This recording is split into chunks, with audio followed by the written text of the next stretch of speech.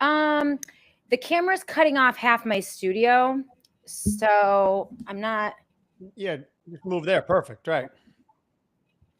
Okay, we are live right now. As you can tell, Shannon, we are top of our game. Technology. Here we are. Love it. We are live right now. Right, we are live. Welcome to. Hold, people, just give me a second. I'm retweeting it so others can join us. Excellent. Right. Welcome to the Future's Edge. I'm Jim Uriel. That's Bob Iacino. We have a special guest today. You know her, Shannon Joy. She's the executive producer, owner, and the host of the Shannon Joy Show, which is a very clever name. Thank you for that, Shannon. Well, but before we get to the show, there's a couple items of housekeeping that we have to take care of. Is that please join myself, Bobby, and Mike Arnold on the unfilteredinvestor.com. We take a lot of the things we talk about, particularly market-related things, and break them down further and get actual trading strategies out of them. Our favorite sponsor, Independence Arc Farms. We always complain about how big corporations have taken over our food supply. There is absolutely something we can do about it, and that's to patronize small independent farms. Independence Arc in Arkansas. Talk to Marco. He will set you up. And by the way, Bobby, I know you know this too. He's buying a pork farm and a Wagyu beef farm. Does that have to be a separate farm? I don't know. I don't know much about meat. Do you? No, I just want you to start saying it right. It's Wagyu. Wagyu. Okay. Shannon, now I hope it's not too presumptuous to say, but Bobby and I are kind of workout and nutrition freaks. Just from looking at you, it seems like you're a workout and nutrition freak as well. Is that safe to say or no? I'm really not. I don't work out. I don't really pay a whole lot. I swear to God. I promise. We're off on the wrong foot completely. I have just in the past, I'd say 4 to 5 months, because I'm almost 50, by the way. I'm turning 50 in a couple years. Yeah. And so I have incorporated into my morning routine 50 sit-ups and 50 push-ups. I do 2 rounds of 25. And I do that in the mornings. But prior to that, other than being super active, 3 children, a husband, a 3-legged cat, a business, all the stuff I do, I just run around a lot. I'm a very busy kind of gal. And, you know, in terms of nutrition, I eat basically whatever I want, just not that much of it. So I don't have any limitations. I lean towards obviously a carnivore, meat and cheeses, you know, super low carb. That I've always just been that way. That's just how I have eaten. And then recently I have also started with, you know, supplements. So I do the vitamin D and the K, and I do some collagen and some hydrate from one of my sponsors, Native Path. But I don't think too much.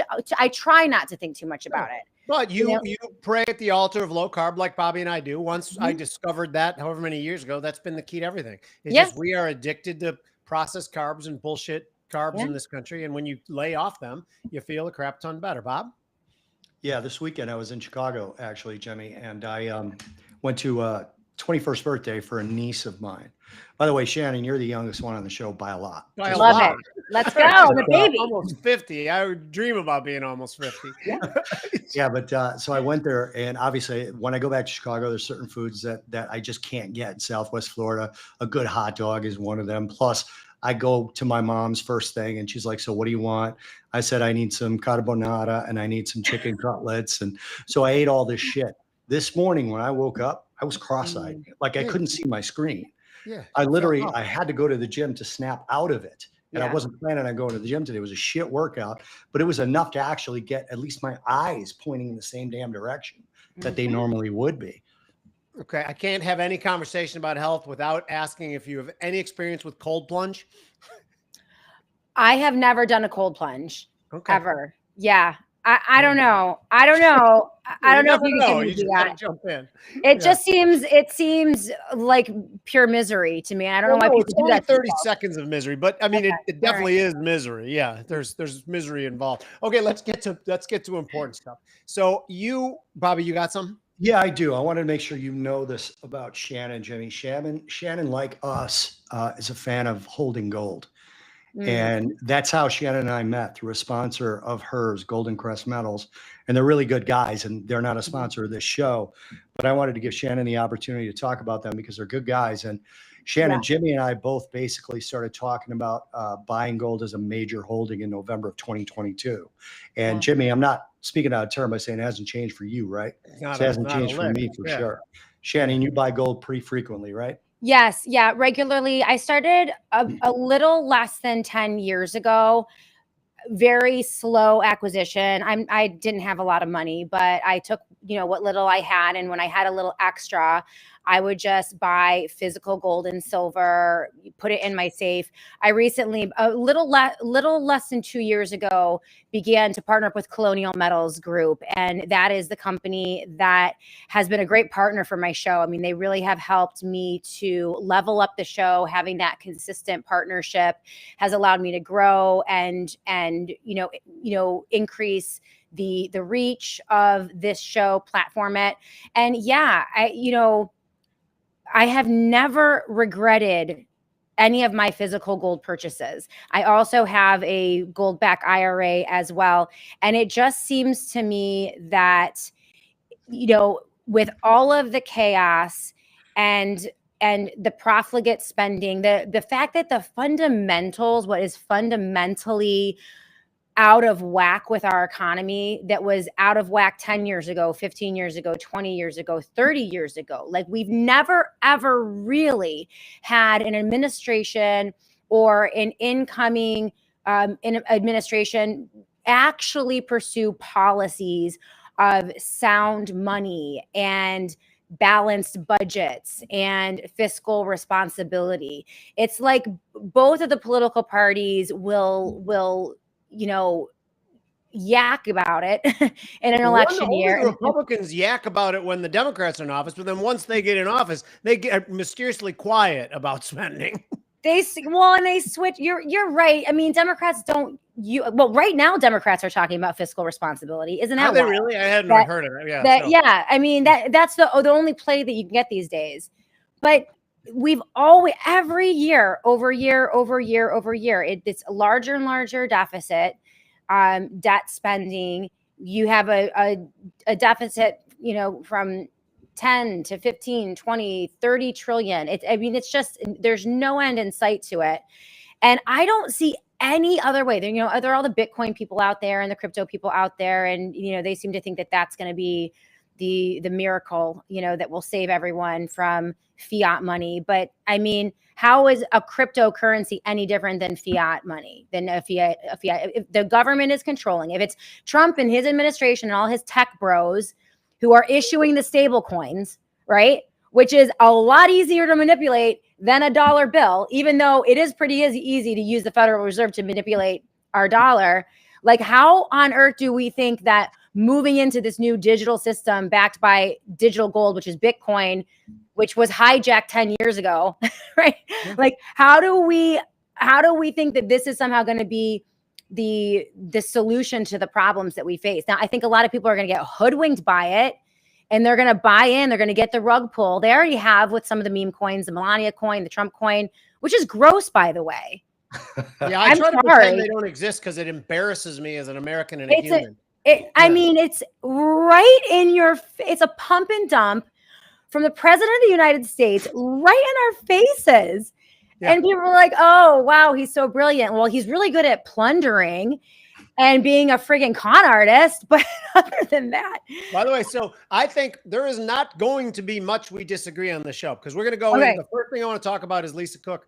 And so just before you want to hang up or flip me the bird, I voted for Donald Trump. No, that's okay. No. I want to explain real quick, and I probably would again. It had very little to do with Donald Trump, and I'll explain why.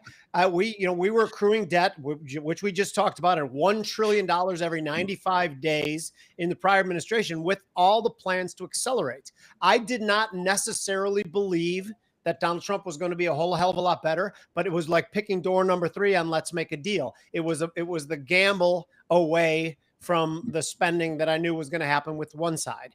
I probably would again, but I agree with much of what you were saying. And let's move on to Lisa Cook before you decide you hate me right away, because I think I can win you back.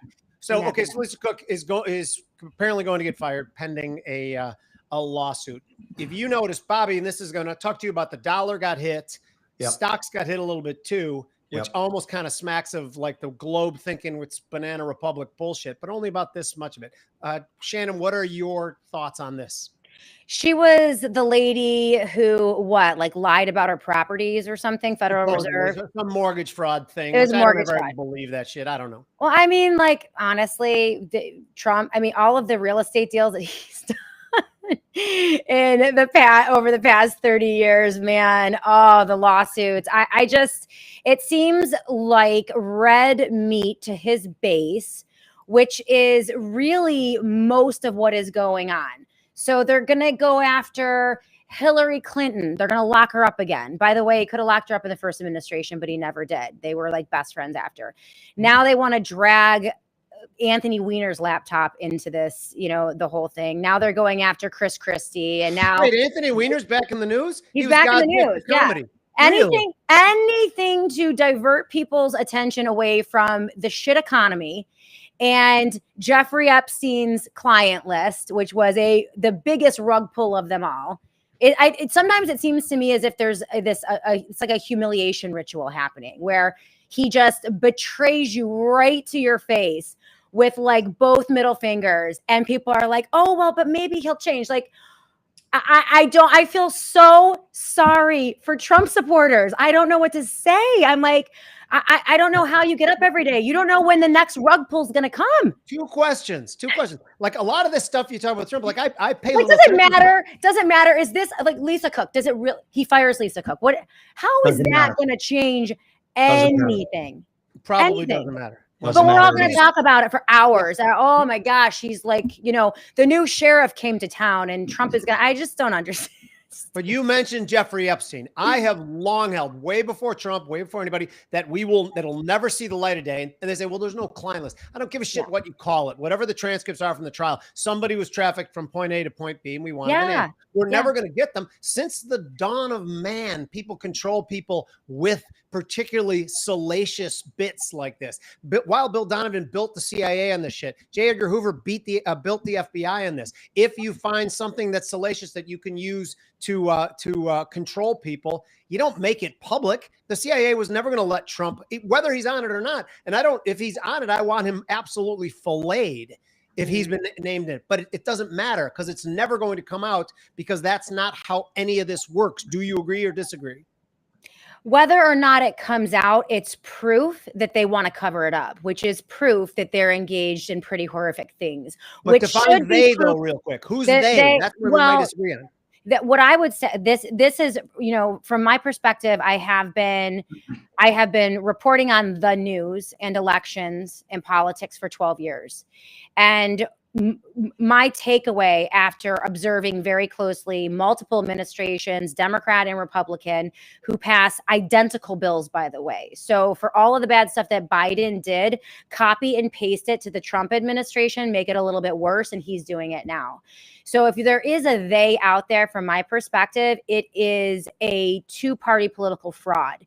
Like you said, it is the American people faced with choosing between Satan and the devil every 4 years. And if you continue to vote for a lesser of two evils in perpetuity, you end up eventually with only evil, right? So we are dealing now, in my opinion, with a hostile, criminal government, an organization that is operating outside of the boundaries of the Constitution of the United States of America. Both parties are guilty of this, but they have become so emboldened and so wicked and so evil that now they're throwing it in our faces. So from my perspective, that's not the time to say, oh, well, we're never going to get it. We're just never going to get justice. That's when we, the American people, pull our heads out of our asses and stop fighting with each other, D versus R. Stop waiting for the criminals in Washington, D.C., whether they are D's or R, to save us. Get back to local civics, local organization, full independence, emancipate ourselves from this federal government, and begin to check their power from the bottom up at the local level. And also use the other branches, man. I mean, I'm an everything but the kitchen sink kind of gal. So we can do lawsuits at the local level, state level, federal level, new media. The media is a joke. Conservative media is a joke. So is left-wing news media. Right? They are complete liars. You throw that in, I was going to challenge you. Yeah, right. Yeah, no, they're liars, and all of them hypocrites. The New York Times is all of a sudden worried about the Constitution. Liberal Democrats waxing poetic about the Constitution and, our God-given rights to free speech and assembly and privacy, right? When they were the ones who would lock us down so hard.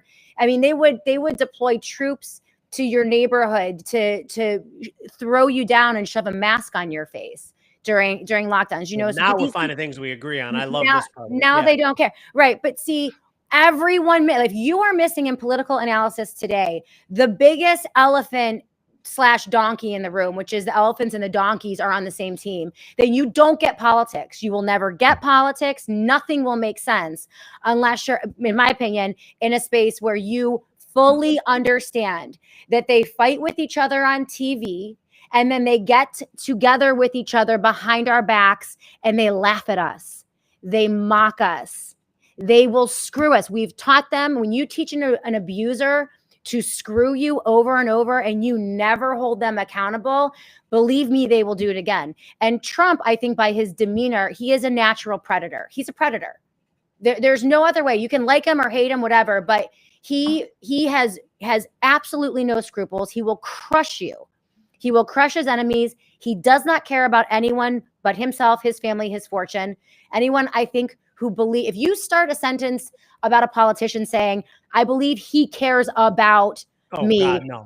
then you failed politics 101. Let me get involved there, because you said Trump's a predator, which I don't necessarily disagree at all. But then I look at someone like Bill Clinton. Look at the office of president in general in this country. Yeah. And you think that you're not necessarily saying that Donald Trump is worse than Bill Clinton as far as predatory behavior, as far as his using people. They're both predators. Okay, good. No, yeah. I don't think that you can get into the office of the presidency without severely selling your soul. They're probably blackmailed. They're probably compromised. That's probably why they get into that position. Because I don't even think that the power that we think resides within the presidency, I don't even think that it is as extensive. I think that to your point, I think the CIA is out of control. The intelligence agencies are out of control. There are oligarchs, moneyed families working behind the scenes. And then you have these massive global corporations that are dangerous. Palantir is valued. I mean, just the amount of increase in valuation of Palantir over the past 6 months. I mean, it's blatant in your face, pay to play, quasi-fascism.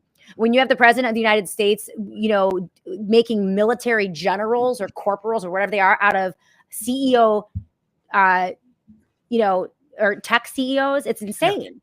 Yeah. The amount of data, you guys know how valuable data is. Well, Bobby, I want you to ask the next question, but make sure that she knows why I own Google. Google stocks. Google stock, because they're the CIA, for God's sakes. Yeah. So there's a lot. Palantir. Jimmy's got a theory that CIA started Google or acquired Google very early on. Yes. Yeah. And I don't necessarily disagree with this. So there was a lot there. Palantir too. I want to give you my opinion on Trump. This is the first time I voted for Trump this past election. Prior to that, I couldn't vote for Hillary. I couldn't vote for Biden. So I just went libertarian because I still wanted to vote, because I wanted to be one of those people that said, hey, I voted so I could say whatever I want. Even though I think it's a bullshit argument when people like, you didn't vote, so you can't say anything. You can say anything you want. I don't care what anybody says. Right. You can say whatever you want. But I voted libertarian anyway. In this past election, I was so disgusted by the way they just handed the nomination to Kamala Harris, that I was like, even if I thought she had any, I don't want to say brain in the head, because that's not what I mean. I mean, listening to her talk to me was just like, I would just doze off in the middle of her talking. I said, this is not a person who can run the military, which I think is the only thing the president has any real day-to-day value doing. So I voted for Trump. I would say that probably for the first 80 days, I was good with it. He started to lose me with Epstein. Now, I don't believe that he's on that list. I don't, because I don't believe he would have campaigned that he's going to release. Let me rephrase that. I don't believe he's on the list as somebody who received massages.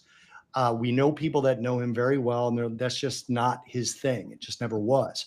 Predator, Probably. They all are. Young Self-centered. girls, Absolutely. young girls, Well, yeah, absolutely. but young girls is I different don't than no, 12-year-old I don't girls. agree. Right. I don't Yeah. agree. Yeah. None of his wives, they were younger than him, but they weren't young. You know, I don't think that's his thing. I don't. I think he is a bad human being. I don't want to drink with him. You know, I don't want to go to dinner with him. But I didn't want to do that with Biden or with Clinton or with Bush. Mm. The thing that drives me the craziest is I don't think he would have campaigned on the list is coming out if he thought he was on there and he knew if he was on there or not. I think he found out, and I'm throwing Israel into this, that a lot of the people that are quote unquote loyal to him, and that's a big thing to him, right? You got to be loyal to me, are on that list. And Yeah. that's why he said, no, I'm not doing this. There's another theory out there. He's blackmailing the people who are being blackmailed in the first place. That's another theory that's out there. None of these are the characteristics of a good human being. Or he could be on the list. We have to accept that as a possibility too. Sure. That's why we need I'm to just telling see you, I don't every. think he is. I don't You think think so he'd want? either. You think if he weren't on the list, he would want to release the list so that he could exonerate himself? I don't think that we've seen anything that says he doesn't want the list. You said they before, and you said they was kind of an amalgam of the Democrats and Republicans, and that part I disagree with. I think that they is, and not even the director of the CIA. I think there's such an entrenched power within the CIA. They laugh. I heard a speaker at the New Orleans Investment Conference a couple of years ago from the CIA. He said they refer to the new politicians as the new useful fools, and they just have to do whatever they want. I mean, literally, I don't think that CIA ever has to worry about getting any funding. They just make a call and say, yeah, fund us however many $1 billion we need, or there's going to be child porn on your computer tomorrow morning. Yeah, Jim. Well, when I say a criminal organization is running things in Washington, D.C., then you and I agree. And but I do believe that they bring in the political puppets. So I would guess that most of our elected politicians, Democrat and Republican, are puppets. They are controlled. They probably do have files on them. Many of them are probably blackmailed in some way, or they have, they have some type of control over them, whether it's financial. I mean, some people are very easily bought. Let's just say that. You don't even need to blackmail them. They'll do what you say as long as they can get a buck. I mean, everyone has their price. Okay. But when you look at something like the presidency of the United States of America, I think that figurehead position is, there is a little bit of power in the bully pulpit. And so, what you're saying is that Trump just didn't have a choice because he really isn't in control. That's my belief. In some ways, I believe that you're right. He was a WWE wrestler for many, many years. He is a reality TV show personality. And it was very interesting. If you remember the Bill Maher meeting with Donald Trump, he went to the White House and had dinner with Donald Trump and then went back to his audience and he said, I don't understand what's going on. The man that I sat down with at dinner is not the man that is front facing in American media today. He is a completely different person. And when Bill Maher said that, some people saw that as like a great thing. I saw that as a very, very clear indication that every time he gets in front with the gold leaf all over the Oval Office, like it's a shtick. It's a mockery. And so every time he gets in front of us, he doesn't believe these things. He doesn't care about these things. He is playing the role that he was installed to play. But I want to clarify something for people. That's my belief. Yes. You don't believe that Gavin Newsom is the person he is when he speaks. You don't believe that Kamala Harris is the person she is when she speaks. No, I do. No, those shams. Yeah, but there are none like Donald Trump. None. Trump is a persona. We agree. He is, when he gets out there, and the goal is, he's very sophisticated as a con man. He really is, and he's a phenomenal marketer. He knows the red meat. He knows what to throw at his audience to get them going. He is charismatic, so I don't know that there will ever be another political figure in American history like Donald Trump. Not in a good way, though, not for a good reason. I think he is the ultimate liar, an ultimate con man. And at the end of the day, he really doesn't care about any. He's plundering right now. They're crushing the economy. I mean, I don't know what you guys think about where this is going, but it appears to me that they are plundering, that they know the writing is on the wall. they know that something is going to have to crash at some point, and then they're going to usher us into whatever it is, the new global currency. But I think it's basically everyone just grabbing as much cash as they can on the way out. He gets his jet, he gets his casinos in Dubai, he gets his meme coins, his options. He does a couple rug pulls, and I mean, have you seen the wealth increase for Donald Trump in just the past 6 months? I mean, not even Palantir. So I think that like if it walks like a duck and talks like a duck, it's duck, or quacks like it, whatever. I mean, like, I don't know how people can't see that this guy is just completely fleecing us. Bob, you want to handle that or me? Well, I mean, first of all, there's just a lot there, and I lost my point because I was trying to make one. And I mean, you're old. You're old. I'm younger than you. Listen, you're talking to a girl. You're talking to a girl, by the way. I was a card-carrying Republican for 36 years. I grew up on Rush Limbaugh. I listened to Mark Levin. I mean, I was an active conservative Republican, Fox News watcher, voted in every election, marched on Washington, D.C. in the March for Life. I was there when the Tea Party started up. So I'm not coming at this as like a liberal lefty. Right? No, I don't think you are. I know you well enough to know you're not doing it. But by the way, and what you're saying, I mean, it's a reasonable argument. I just don't necessarily agree with it. I think that Donald Trump was more activated by the lawsuits, the attempts on his life. I think he has an axe to grind, and I think some of the things we're seeing, like, I think he's the master troller, and he can troll, like when he fired the head of the BLS. Okay, and that day the number came out, and there was the way he did it was purely designed to piss off all of his opponents. But what he did was the right thing to do. The BLS has lost the thread as far as compiling data goes. Their data is becoming less and less accurate, and the revisions are astronomical. So it was the right thing to do, and what he hoped would get everybody just screaming at him, and then I think he thinks that's funny or something. But as far as just solely being in it, again, anybody gets into anything for personal gain. This is something I believe fully. So what you're saying to me, and let's clarify, is that Donald Trump is more in it for personal gain than, say, Obama, Clinton, Biden, FDR, Bush. Well, FDR, the only reason I throw him in is because that guy was the ultimate con man too. He conned us and lied our way into what was absolutely the right thing to do, enter the war. But without his con man skills, we would have never got into that war. Anyway, is he more? Does the office itself lend itself to con men? Is my question. Politics lends itself to con men, right? So the entirety of Washington, D.C.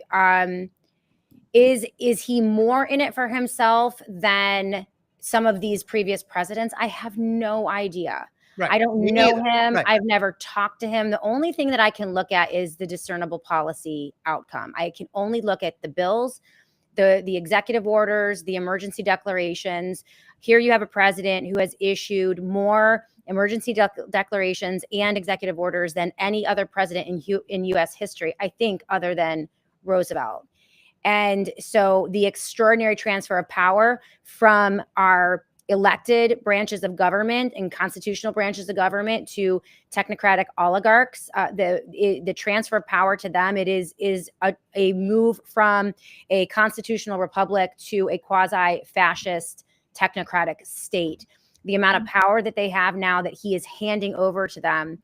Right now, what he is doing with his tariff actions, these are taxes. Tariffs are a tax on the consumer eventually. These are not, prices or, taxes that other countries pay. It results in higher prices for everyone. He knows that. Everyone with a brain cell understands that. And we're going to start seeing that in the next couple of months. What he's doing with continuing the Biden era spending, but not only continuing with Biden era spending, he's actually increasing it. He is the most profligate debt spending president in the history of this country. He started with the lockdowns of 2020 in the spring of 2020.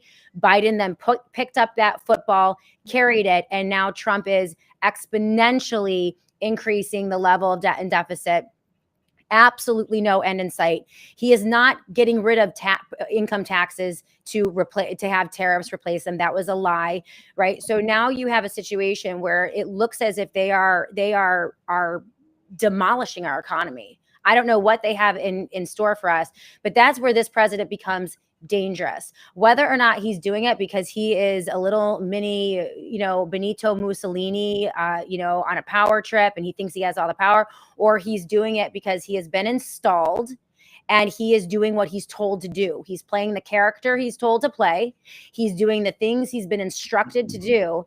Either way, it doesn't matter. What is happening to this country right now in terms of the deployment of a police state, he is deploying the United States military, a police state, not to blue states. Okay. He rope-a-doped his base again over the past couple of weeks, saying that he's going to send the military and the National Guard to Chicago and to New York and to LA. No, he doesn't do that. He turns around and is deploying his military police state in exclusively, save New Mexico, red states. That was what was reported yesterday. So do you guys want the next incoming Democrat president to have a standing army, a military force in your red state when he comes into office? Because that's what Trump is normal. Yes. You want the Democrat to control that military police state. Whatever we need to do. By the way, Obama. Biden. Let me finish for a second. Let me finish. Biden. What I'm saying is that Chicago, Brandon Johnson, the mayor of Chicago, and again, Bobby lived in Chicago. I still work in Chicago. I just got back. Brandon Johnson ran on a pro-crime platform. He was very explicit. It was nothing implied. He said, no pursuit, decriminalize, defund the police. It was to make it a more crime-friendly city. It is unsafe. I had to stop riding the L because I was harassed every day. Oh, I had my weapons in my pants and I changed into my short. But no, hold on a second. If you are asking me if Donald Trump sends in the National Guard Chicago, which I think is almost ridiculous. He's not doing it. He's not doing it. Yeah, let me finish. He can't do it. Well, he can do it. It can be constitutional if it's written in that there's complete dereliction of what they were supposed to have done, which I can make an argument they have. I'm not sold on this. This is not 100-0. I'm about, if you ask me if I think if he should do it, I'd say 55-45. I get harassed every day. There's people killed on the L. It's a homeless encampment. It's the most bullshit thing I've ever seen. But your question to me was, would I be comfortable then if that same military presence was in my city, but a Democrat was controlling them? Sure, I just want a military presence for now, just to get just for 2 weeks. Permanent. Just for 2 weeks till we see what's going on. 2 weeks to slow the spread of crime, right? 2 weeks, right? Yeah, of course. Bullshit. Bullshit. He's normalizing what they're trying to do is normalize a military police state, and it's tragic. Yeah, but Brandon Johnson normalized hearing gunshots in the park. This is why I say spit yourself out of the two-party political paradigm, because they play off of each other. Sister. That's why I'm not part of it. Libertarian all the way, Bobby. Libertarian, okay. Are you Italian at all, Shannon, or no? Yes. It's so funny because this is like an Italian dinner table conversation where you have to be aggressive to get a word in. Yes, you do. I like that. Elbows. Yeah, we can tell. Yeah. Shannon, how do you feel about your goal to exercise people out of the two-party system? How's that going? Honestly, I think it's one of the It has to be local, right? Difficult. Yeah. Well, listen, it's crazy. It's crazy. I never thought it would be so hard to rip people out of this two-party political paradigm, because what people will say to you, they'll agree with everything that you say, right? But then something from the other side happens that is so outrageous and so wrong that you get dragged back into the false choices, that, heart attack or a stroke, Satan or the devil, right? And so we always rationalize why we need to, spit ourselves back into the system and go and vote. I think that this nation is unlike any other nation right now. I think we are the most propagandized nation. It's been legalized in the world. And I think the left-wing media, right-wing media, They know how to play our emotions. They know how to play our fears. They know how to craft a narrative that will get us to vote against our own constitutional rights, against our own interests, solely because it's against the other guys that are such devils and so terrible that we would elect a devil ourselves. And we've separated ourselves from people because they have a D or an R behind their name, right? So we are divided as a nation, and they know that. They know that that's exactly the way to give them the cover so that they can go in and just absolutely destroy the fabric of this country and what makes America, what used to make America a great country. And it's our Constitution. It's our values, our commitment to the Bill of Rights, like these God-given fundamental natural rights that we as individuals have. You know, the rugged individualism, separation of powers. Local governments should have an enormous amount of power. State governments should then exercise some power. The federal government should be the smallest. Amen. It should have nothing, but we are all focused 100. Everything we talk about is national. It's like a big soap opera. And so they've been brilliant in this. It is sophisticated propaganda. It has been relentless over the past 30 years. We have been made to hate the other team and to fear them. And so somehow, I don't know what it'll take. I thought COVID might be the one jarring moment that would help people wake up. And I think it did wake up, I would say, a good portion of this country. But see, we fell right back into it. We forgot that Trump was the guy that locked us down in the first place, and that Biden carried on. I'd like to add, because that's not 100% true. Trump, what he did was left it up to the governors. And that, by the way, that was a bad thing to do. But it's one thing to say that when he should have taken control, he didn't. But I have a difficult time giving him the responsibility for locking me down when it was clearly my governor who did that. I was begging Donald Trump for help, saying you cannot do that, but he didn't give it. And I do blame him for that. But I think that's slightly different than locking him down. Will you give me that point? No, I won't, because what he did do is sign he signed the executive order declaring the emergency and initiating the 2 weeks to slow the spread. And he did declare the nationwide lockdown. He also chastised and threatened any governors who tried to open up their states. Ron DeSantis was one of those governors.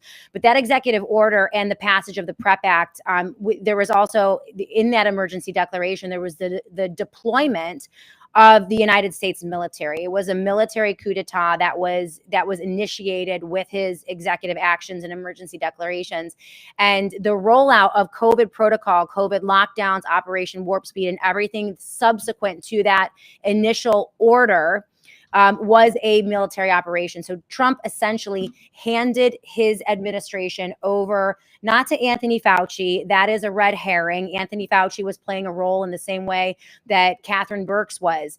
If you look at the very, very diligent research by Sasha Latipova and Debbie Lerman on her Substack, it is absolutely rock solid. This was a military operation, not just here in the U.S. It was actually a NATO-led international military operation, which is why what happened in Italy, you know, they had this exact same protocol in Western democracies.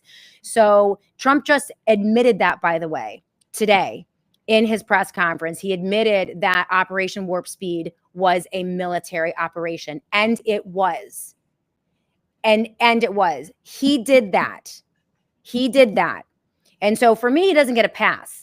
I mean, so the governments are in trouble. I'm looking at AI right here, and the answer is Trump never ordered a national lockdown. Of course, AI says that. Hold it, because I don't remember it. The other way. Hold on, Jimmy.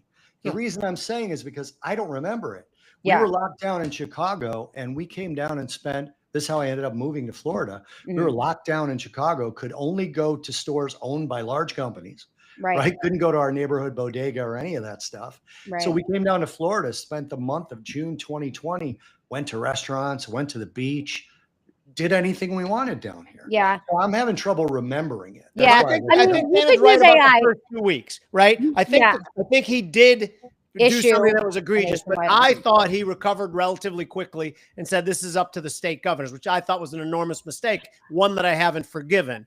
Listen, But I was glad that he did that at the time. I was glad that he did that at the time. But I would recommend your audience go to Debbie Lerman's Substack page, the COVID dossier, and they lay out, like meticulously the aspects of the lockdown. AI is not going to tell you he locked you down, right? Because you can parse words and like, what does it mean for a guy to lock us down, right? There was an executive order, there was an emergency declaration, and then there was the deployment of the military, right? So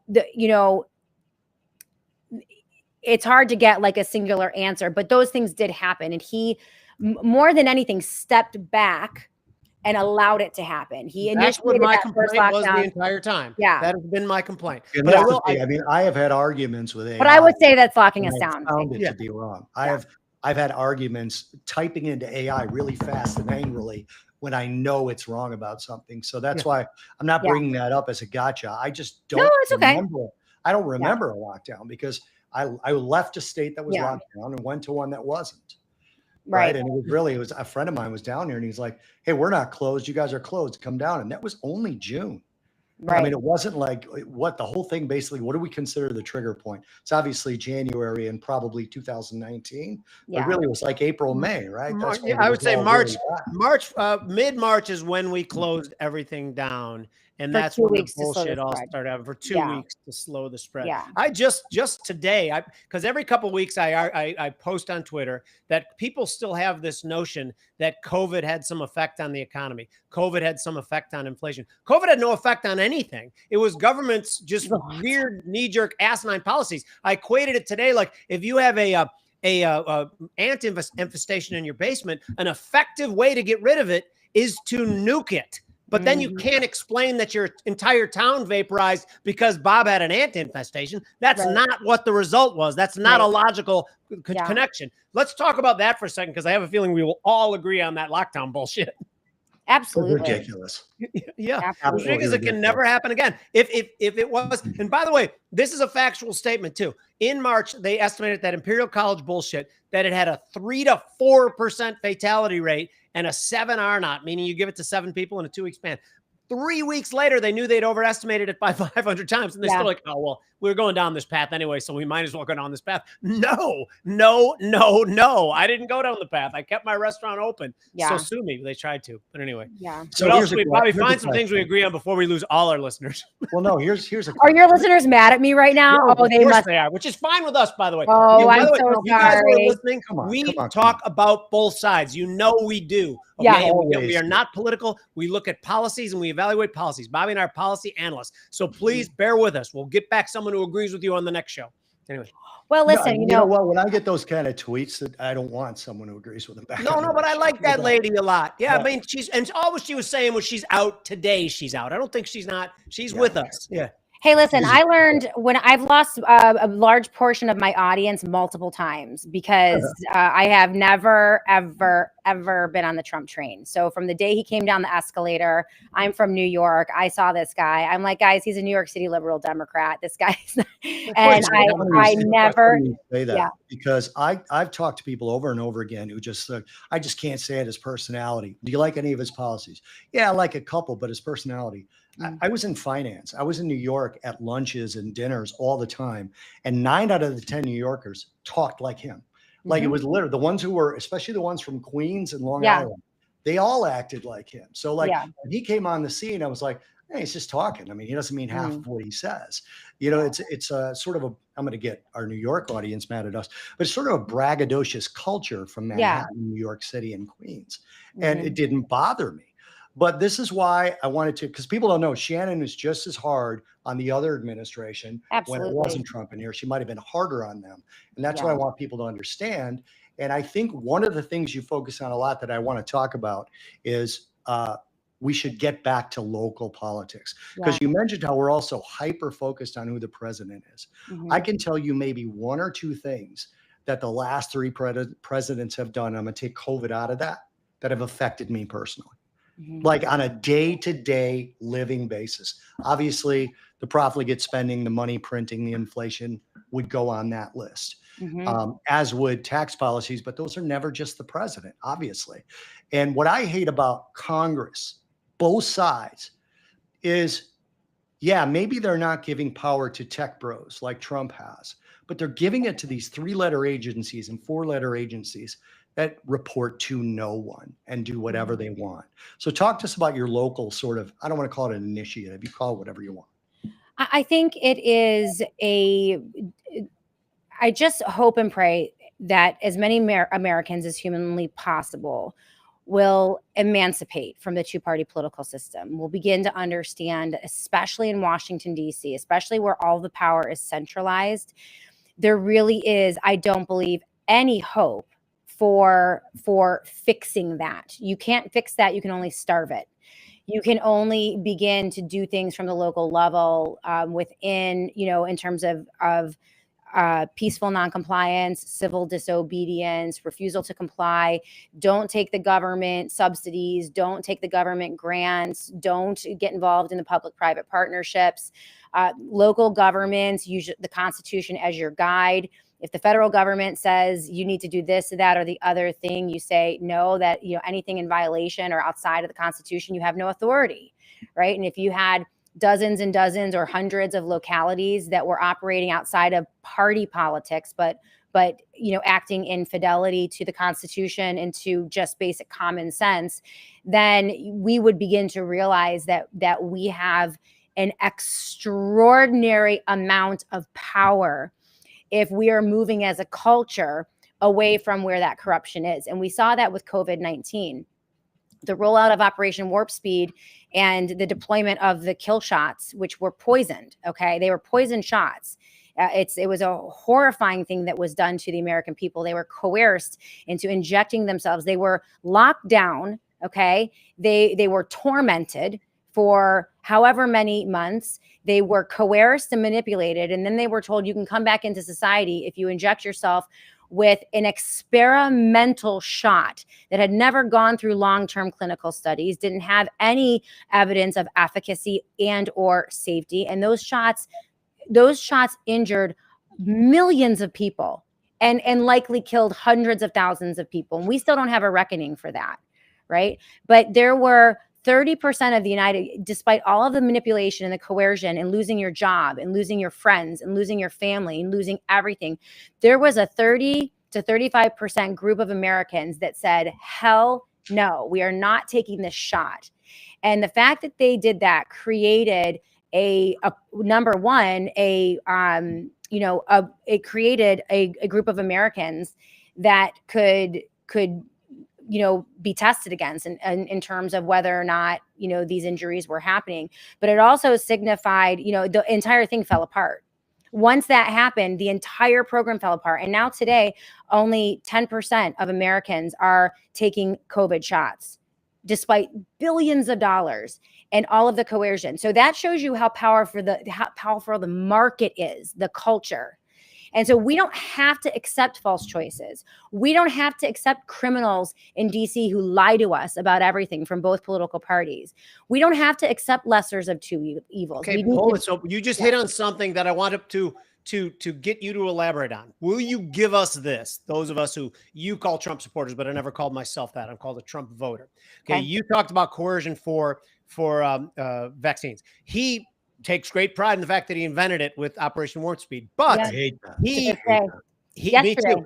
He never, and he talked against mandates where the other side talked about mandates. That was an enormous deal to me. Will you, when you look at that in an absolute vacuum, will you give him credit for that? I don't think it was on his script, so he didn't have to say it. They knew that the next guy was going to come in and do the mandate. Fact though is he didn't. He said never mandate. Neither did Biden, by the way. Biden, only the military, only a subsection of the military. It was actually. No, but he expressed his preference for that it be mandated. He just knew he couldn't push it through. So in the same way that Trump didn't really lock us down, Biden didn't really mandate. Okay. It was. By the way, I said I do blame Trump for not really locking us down, but being the one who was soft shoeing it and letting other people do it. You know, I think what you're saying is you give Trump 1 point. Okay, I'll give him a point. Okay. See, Jim, I'm going to give him a point. Right. I'll give him 1 point.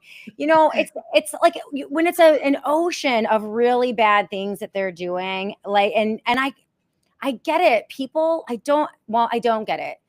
People want a hero. They want a hero. We don't want a hero, but I agree with you that a lot of people do. They And want that a makes hero. me That's crazy. definitely true. That's definitely true. Babu, you got a heart out. We got to wrap it up, right? Yeah, I got it. Fun. I'm so sorry if I lost all of your audience. Guys, No, it's don't okay. blame these The two fellas 6 for me. viewers, the 6 viewers that are left. No, we would absolutely like to get People you are back. watching still. And again, people who watch this on radio too. We are always going to talk about both sides. Did I agree with everything Shannon said? No. Do I agree with some of the things she said? I do. And I think you just saw it. She gave Trump 1 point at the end too. So I think this is fine. We are supposed to discuss things and come to consensus. If we stop doing that, we're in a bad spot. You agree with that, correct, Shannon? 100%. And honestly, if there's one thing that you'll always get with me, it will be authenticity. I do believe the things that I'm saying. And I do all of this because I'm a mom. I have 3 kids. They need liberty. I couldn't look myself in the mirror and know that I pissed away an opportunity to pass on the great blessings of this country to my children. And so that's why I do this. I appreciate the fight and I appreciate the passion. I love it. I love that you're here discussing with us. Bobby, do you have any last words? Yeah, I just want to say something. First of all, we would absolutely love to have you back if you're willing to do it. Okay. And then I just wanted to read a couple of, I'm not going to read everything on here because you probably get this shit a lot, but we don't. But one of them I liked. It said, agreed with Shannon, 2 weeks became forever crazy. AI is programmed by humans, so never believe it. That's from Leanne. Yeah. And then Peter Berg said, Michelle Pfeiffer makes some good points, which I thought was a good compliment. So that's a good compliment. Wow. Thank you. I appreciate that. And it's a good comp too. You do look a bit like Michelle Pfeiffer. Oh, thanks guys. No, you guys were fun. You're fun. And I'm spicy, right? But listen, we're looking for compliments for us now too. That's absolutely two very handsome Italian gentlemen. It's always a good time. And listen, most of my family, they love Trump. They're MAGA. They love Trump. We have these conversations at the kitchen table and then we walk away. We love each other. I love them. Listen, I understand people, why they vote. I don't want this to seem like I'm, we're in a very difficult time in this country right now where one of the things I think Jimmy and I are most proud of, Shannon, is that we get called MAGA by the left and we get called anti-Trumpers by the right. Right. And we hope that continues. So same. You guys next time you come on, Bobby, give me some warning. I got to get a good night's sleep before. This is not one to come in lightly. All right. We have to sign off.